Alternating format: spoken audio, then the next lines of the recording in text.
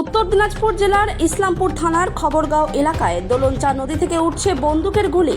তবে এই গুলিগুলি কোথা থেকে এলো তা বোঝা যাচ্ছে না। রোজকার মতো গ্রামবাসীরা নদীর জলে নেমে কাজ করছিলেন, তখনই তাদের হাতে উঠে আসছে গুলি। এই খবর এলাকায় ছড়িয়ে পড়লে সঙ্গে সঙ্গে নদী পাড়ে ভিড় জমে যায়। ঘটনাস্থলে ইসলামপুর থানার আইসি হীরক বিশ্বাস বিশাল পুলিশ বাহিনী নিয়ে পৌঁছে গেছে, গুলি উদ্ধার করে।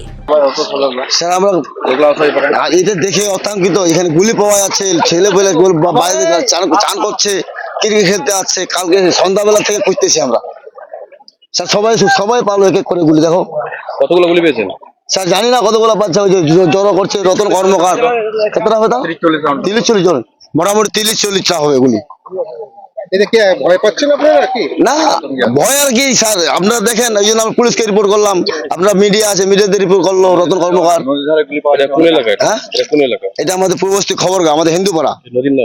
নদীর নাম খবরগাঁও, দলঞ্চা নদী। হ্যাঁ এটা, হ্যাঁ। আপনার নাম কি? আমার নাম খড়গুন্দু সিংহ।